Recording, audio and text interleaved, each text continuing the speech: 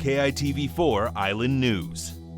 We interrupt programming right now to bring you a breaking news update on Governor Josh Green's emergency proclamation in response to the Hawaii Life flight crash off the coast of Maui. We're going to take you there live to the Hawaii State Capitol right now. Today we're going to take questions and answers after the press conference, and we're going to ask that you limit the questions to the topic at hand. Alrighty? Mahalo nui.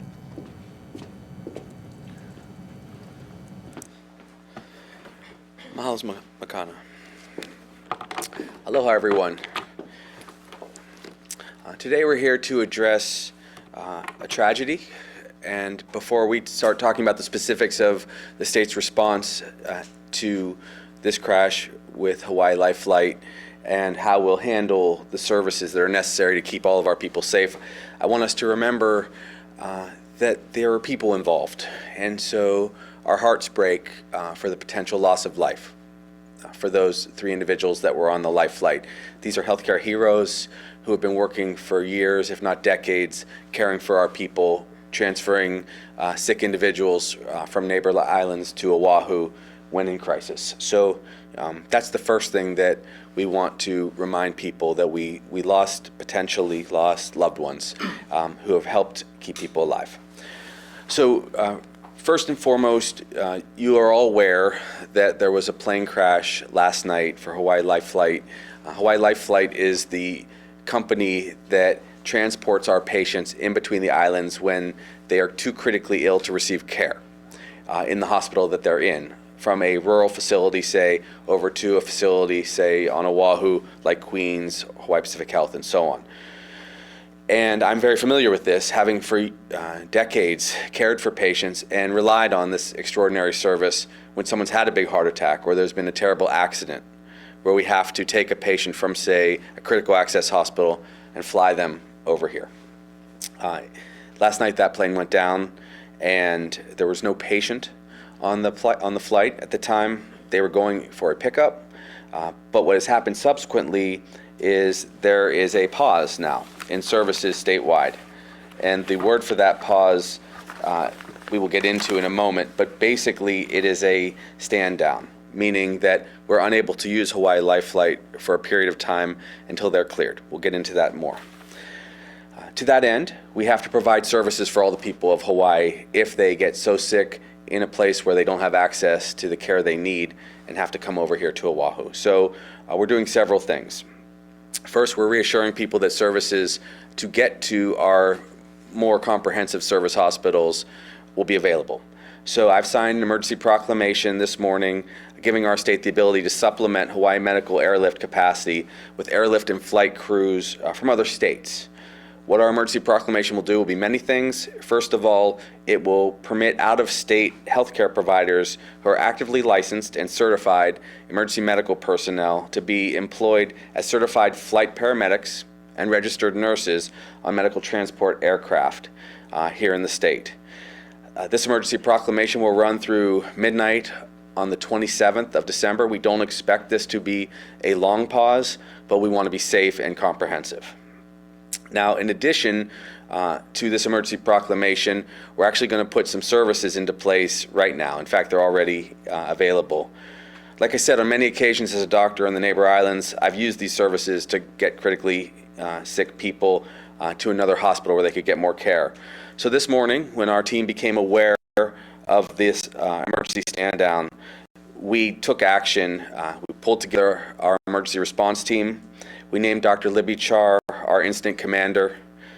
We came together with the leadership of Hawaii Life Flight, and that's Speedy Bailey, who we have deep respect for. Also the Department of Health, the Army National Guard, county mayors, representatives from the Coast Guard, and medical facilities. So we wanted to make sure that we were seamless in our response. It's also important that people know that they can get uninterrupted service between the islands, and so we're going to augment these services by deploying extra capacity for these critical needs. We'll even provide some redundancy just in case. The other things I really wanted to share with you were that we are going to have, because of our emergency proclamation, access to the Army National Guard. Under emergency rules, we'll be able to use Black Hawk helicopters to move personnel. In order to provide extra safe services, we've also been in touch with some of our medical health professionals. That's HEPA. These individuals are emergency medical professionals that already care for patients in the emergency departments. They will be available to travel with the life flights with patients over to Oahu, in addition, of course, with medics and nurses. So all of these things are being arranged for the state of Hawaii. Let me give you a little perspective. One of our systems, Hawaii Pacific Health, when they have pediatric cases, already will fly with air ambulance over to the neighbor islands with their pediatricians and their medics, deliver care, and then on the spot, bring the patient back. This is something we've done for years. Now we're extending this service statewide because of this emergency stand down. We call it a safety stand down, and I'm going to let Speedy Bailey unpack that a little bit. But bottom line, we learned early this morning that we had to take action. By 7 in the morning, we convened the team. Emergency meetings from 8 until about 11, and we got the emergency proclamation done because we know these services are critical. So I'm going to pause now and turn it over to Speedy Bailey, who will then be followed by Dr. Char, and finally our general. Good afternoon. Thank you, Governor Green, for your support and your deep understanding of our situation. The safety stand down is a pause, and I think Dr. Green, Governor Green, said it very well, that our caregivers are delivering 24/7, 365 care to patients who need service the most. The pause is a time to take care of our caregivers. So we're doing that right now, and we are deeply concerned for all the family that are involved and our family of caregivers. So from an aviation standpoint, this pause is to take care of our caregivers and deal with the issues that surround incidents and accidents like this. We have started, and thank you, Governor, this emergency proclamation allows for us to bring in air crews and a jet airplane that can provide service when they arrive here tomorrow morning. We had crews on the East Coast, we had airplanes on the West Coast, and they're coming together to support the community. This happened 15 years ago. We've done it before. We know how it works. It's an outstanding team. And the proclamation allows for their ability to provide care within our state. We're also working with our current resources, Maui Medevac, which is 24/7 on Maui, and we have it staffed fully for the next week so that it can handle the overload and surge as needed. And then on a third front, we're partnering with the Hawaii National Guard and HEPA to provide medics and doctors on the Blackhawks with the National Guard in the interim, and maybe, for the period of time while we are on a safety stand down. So thank you.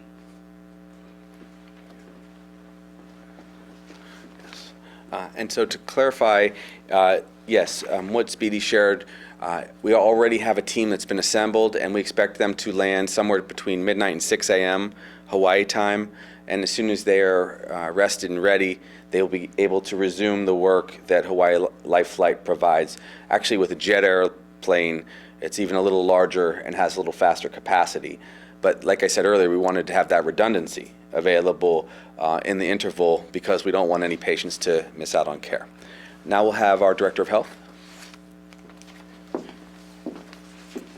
Thank you. So the Department of Health is primarily serving in a coordination role.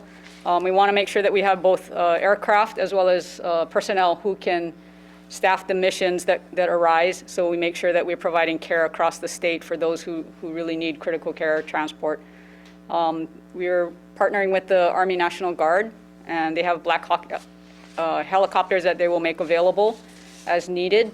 And really, this is just in the interim until we can get the aircraft from the mainland here.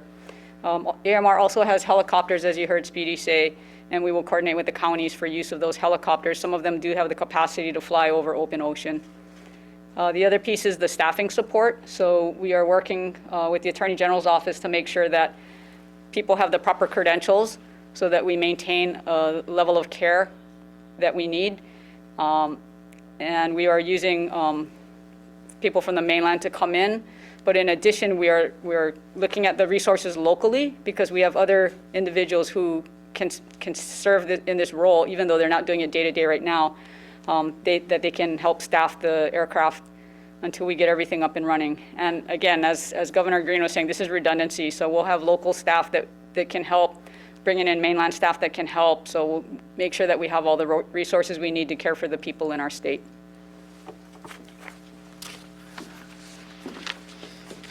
And I'll add another small part of the response. Typically, and you're probably wondering how many transfers occur, typically somewhere between 10 and 15 transfers per day may occur. Some people more sick than others.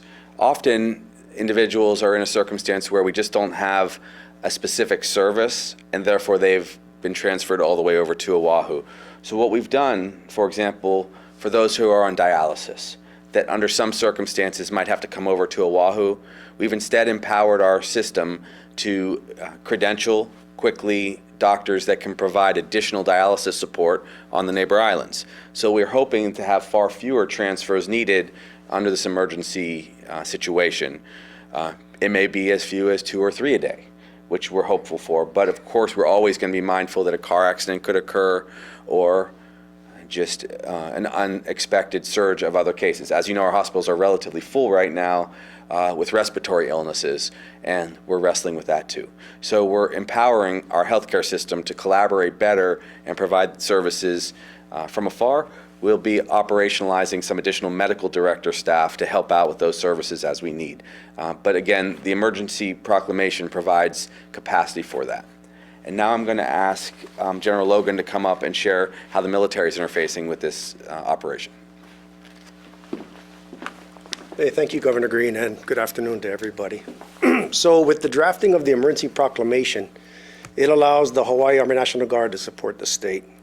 We'll provide 2 crews and 2 HH-60 Mike Blackhawk helicopters for the next 24 to 48 hours in order to conduct that aeromedical evacuation mission. Our tentative plan is to have 1 aircraft here on Oahu, which is currently in place up at Wheeler Army Airfield, and place another one on the Big Island or on the island of Hawaii to kind of cover that area. And these Black Hawk helicopters are specifically configured to provide medical missions, medical evacuation, and en route care. The plan right now is to augment our existing crew with a civilian flight nurse to provide that additional en route care. And right now we're looking, as I said, for the next 24 to 48 hour period until the civilian capacities can be reestablished. Thank you very much. I would only add that we will have the capacity to expand that service as long as we need to. We already had operationalized some of our dear partners at the National Guard from Mauna Loa, of course, and they've already been activated, which provided some interesting continuous availability for staff and resources. But with that, I will pause there and we'll take questions to any of us. Again, I would just remind people, and I have a lot of respect for everyone here, this has been a very tough time, not just for the state of Hawaii because people could be afraid, but also for Speedy and his team because they are beginning to go through the process of loss, and that's been a big part of today. So any questions? Kristen, Speedy, just to clarify. Kristen Consilio, KITV. Speedy, can you clarify how long this pause will take? Do you have an idea? I don't think there's any formula for how long a pause is. It's really dependent on all the factors that we're going to be looking at and gauging in talking to our crews and looking at all our information that we have with respect to reports, maintenance, to make sure that when we say we're ready to fly, that we're airworthy, and people believe that. Mr. Bailey, One question, Daryl is next. Can you state your name and your organization? General, I'm from Maui News Now. First of all, thank you for being here. I appreciate it. I know you're hurting. Thank you. Appreciate your being here. Could you tell us anything about the crew that particular flight? I know you can't say what happened, but can you tell us about the people that you're working at?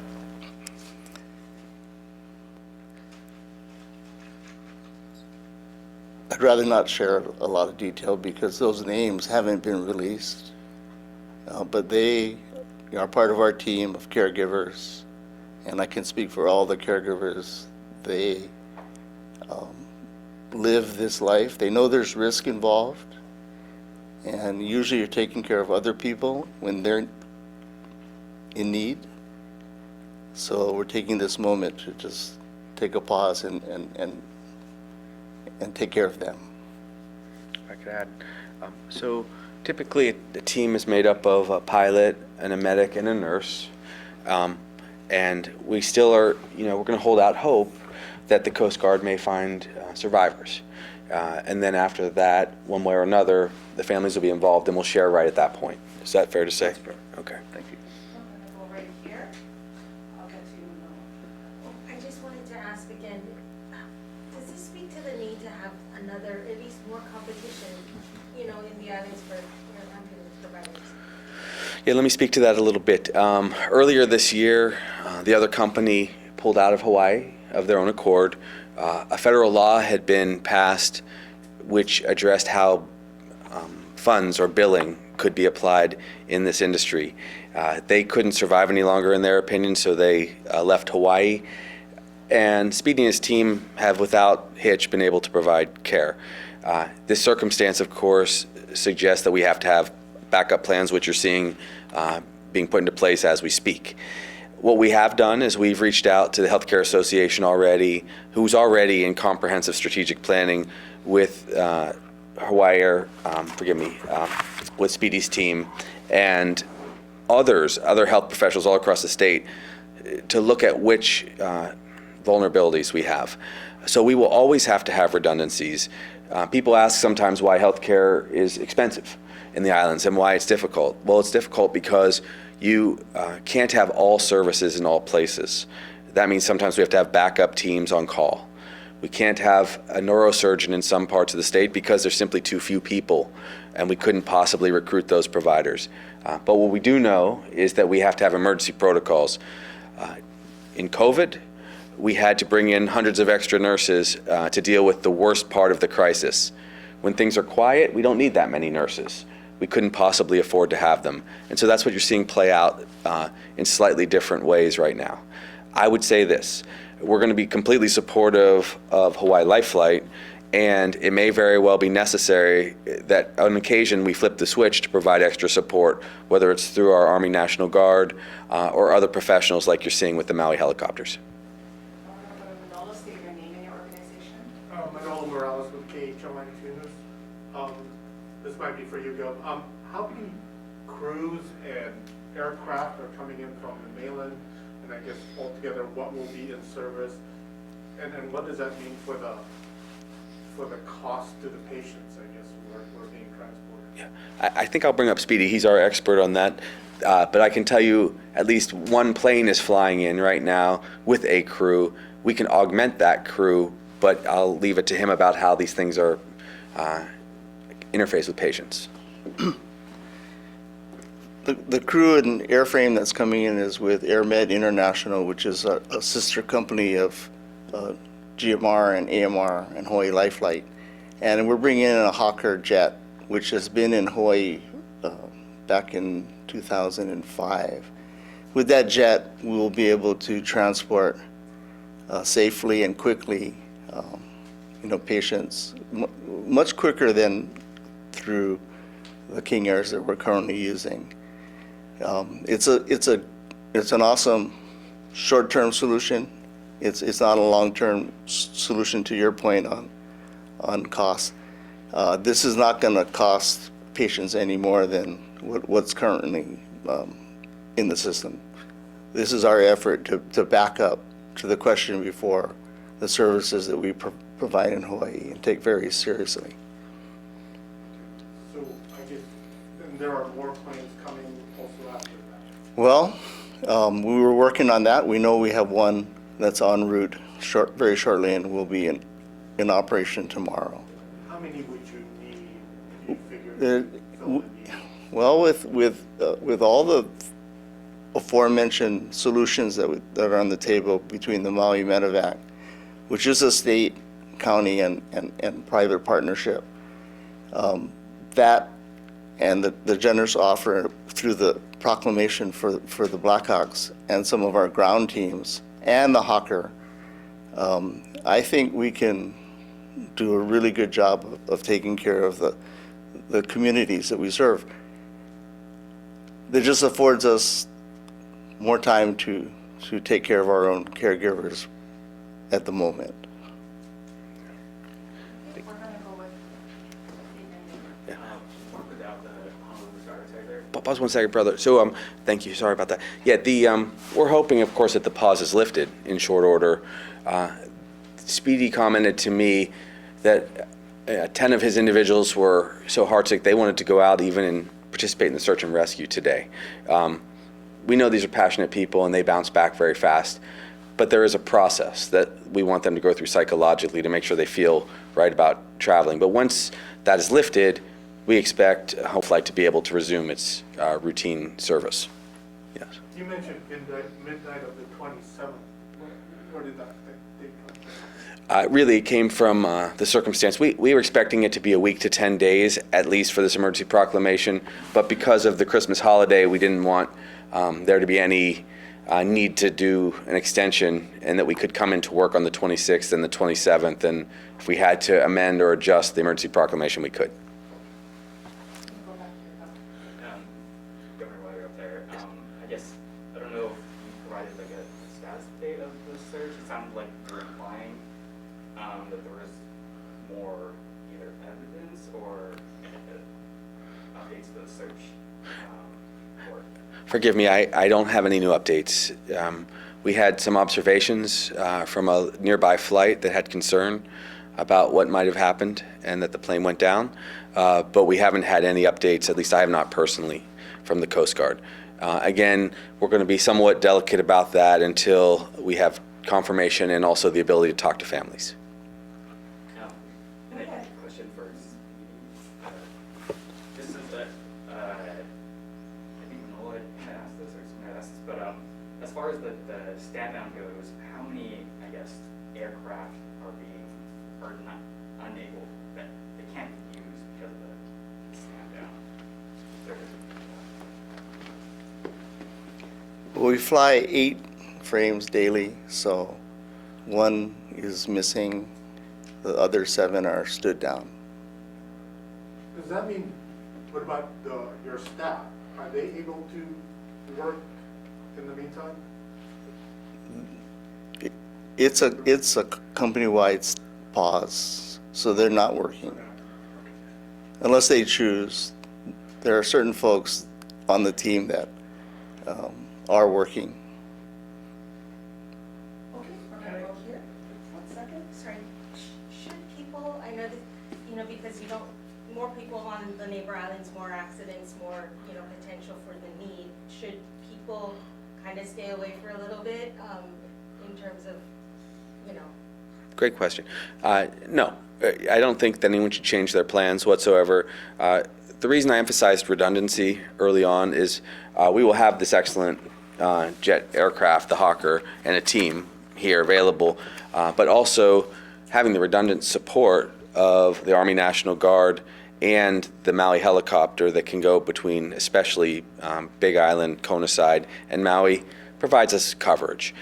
We also have historically, I'll tell you this as a physician, erred on the side of even extra caution for transfers, and we're able to provide many of these services when necessary on the neighbor islands, at least with a little extra professional support, and that's what we're doing. We're providing that extra professional support. I will tell you this underscores a much larger challenge that we have as a state, which is our healthcare shortage and our services shortage, which is why it's one of the priorities for our administration to augment services, nurses, physicians, and improve our hospitals in all the regions so that people don't have to be transferred in the future. I just know that in some small communities, for example, if you were to look at Lanai or Molokai, the potential to have a full surgical capacity with so few people would be utterly rare. But as we continue to expand our healthcare system on Big Island, Maui, Kauai, and even in rural Oahu, we hope to have far fewer transfers in the future.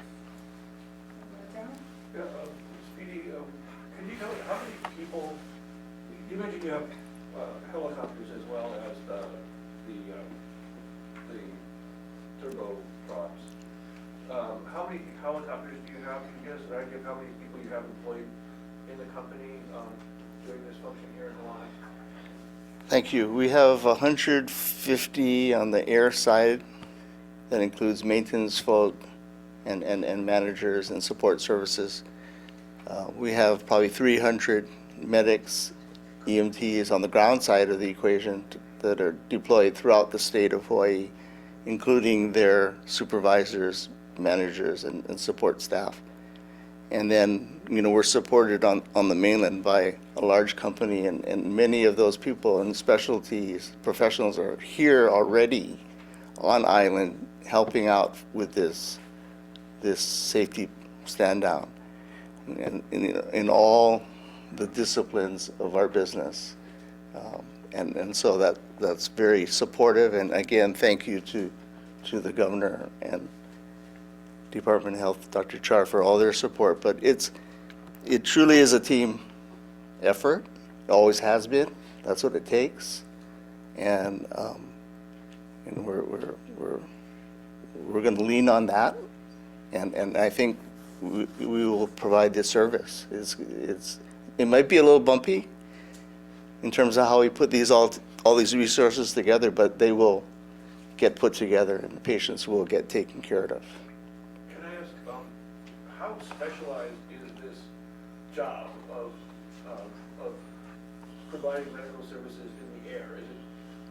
Is it something that a regular registered nurse can jump in and do, or are there real specialized trainings and so on? I imagine the equipment would be considerably different. It's actually highly specialized. They call it critical care, care for that reason. It's the difference between ICU care and floor care in a hospital. But their training is equivalent to the ICU nurses, but you have specific extra specialized training for working at altitude, working, in a confined space, and independently, I might add, without sort of place to land on a moment's notice. And without the doctors standing there next to you, right? So you don't have that kind of. But there's a very close pairing with the medical control, and that's an important part of the program and a necessary part of the program, because they either can communicate with the doctors directly and do so in the hospitals before transport, and they have specific and highly disciplined standing orders for in the air service. And my last question is this, I think clear, this safety stand down, is that something that is required of you by some sort of level of regulation, or is this a choice that's being made by the company in order to ensure safety and the well-being of your team? I'm not certain of that answer.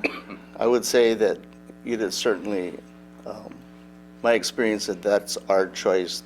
That's what we do. That's what we would do. We do that on the ground, if you will, when we have a critical incident, regardless of being mandated by a regulation. Okay, so that might be a policy of global.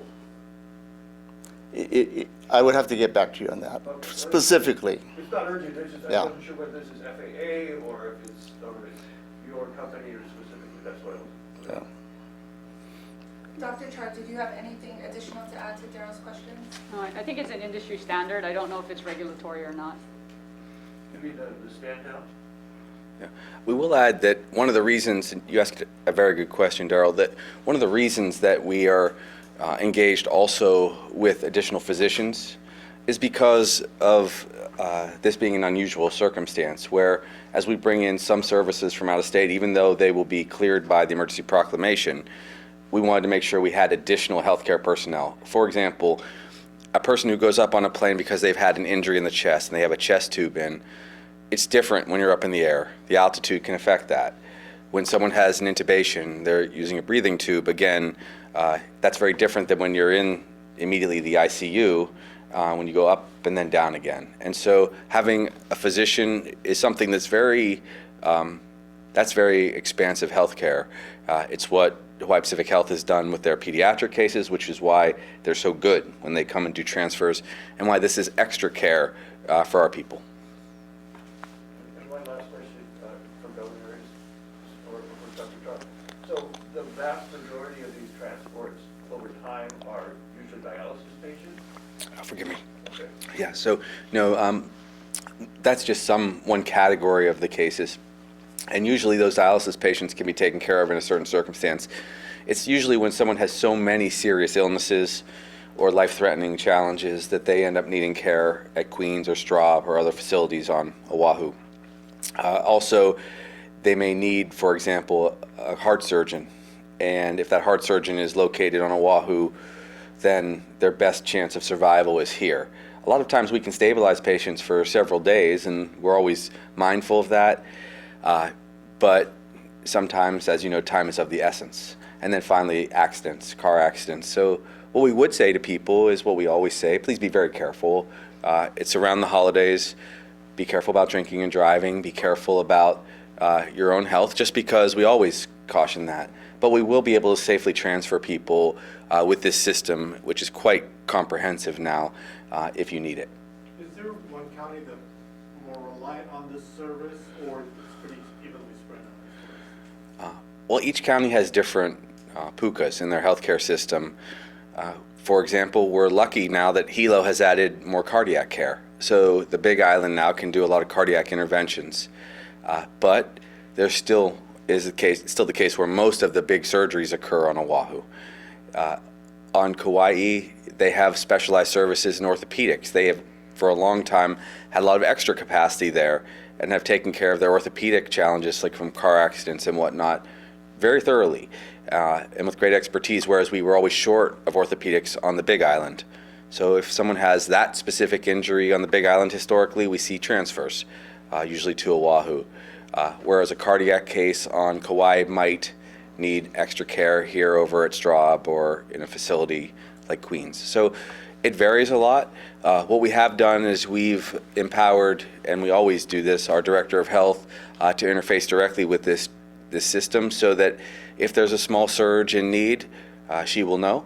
Also, it will be seamless with the HEPA physician who runs as the medical director of the company, so that we don't have anything fall through the cracks. We also did coordinate with HHSC, Hawaii Health Systems Corporation, because they provide much of the backbone of the neighbor islands. Okay, final question from Kristen, and then we're done. I just wanted to know, this is, we already have a severe shortage of medical personnel, emergency personnel across the islands. How much of a strain does this put on our system? Really just a transfer strain right now. The circumstance is the same as far as healthcare providers go. Ironically, this circumstance has given us extra incentive to move physicians to where the patients may be, which we've always felt was one of the solutions. But we are short, and dealing with the shortage, especially in some specialty disciplines, is going to be a long-standing challenge for us. But right now, it's just this short window of transfer until essentially the pause is lifted. I fully expect Hawaii Life Flight to be cleared, and the moment that Speedy and his team feel that they are in the right psychological space to resume services, and these are champions for us, they'll be good to go also. But we will assess the system overall to see whether we need extra support for air transport. It was a luxury to have that second company in a certain way, but I will tell you this, it's very difficult for any company to survive financially in such a small state. That's really what the challenge has been. Fair to say. Alrighty, thank you guys so much. We appreciate your time. Thank you. A very difficult press conference, but you heard from Governor Josh Green talking about the state's response in the Hawaii Life flight crash off of Maui. We do know 3 people were on board that craft, and they are still searching for signs of survivors. Now, that aircraft transports patients in critical care from the neighbor islands. So far, we know that no patient was on board at the time, but there is a pause on services right now. It's also known as a safety stand down, and this allows to give care to the caregivers and the families of those who were involved in this tragedy. There is an emergency proclamation. It has been signed. It allows using airlift personnel and transport from other states. Now, the Army National Guard has been activated for the next 24 to 48 hours, possibly longer. The military will provide their crews and Black Hawk helicopters.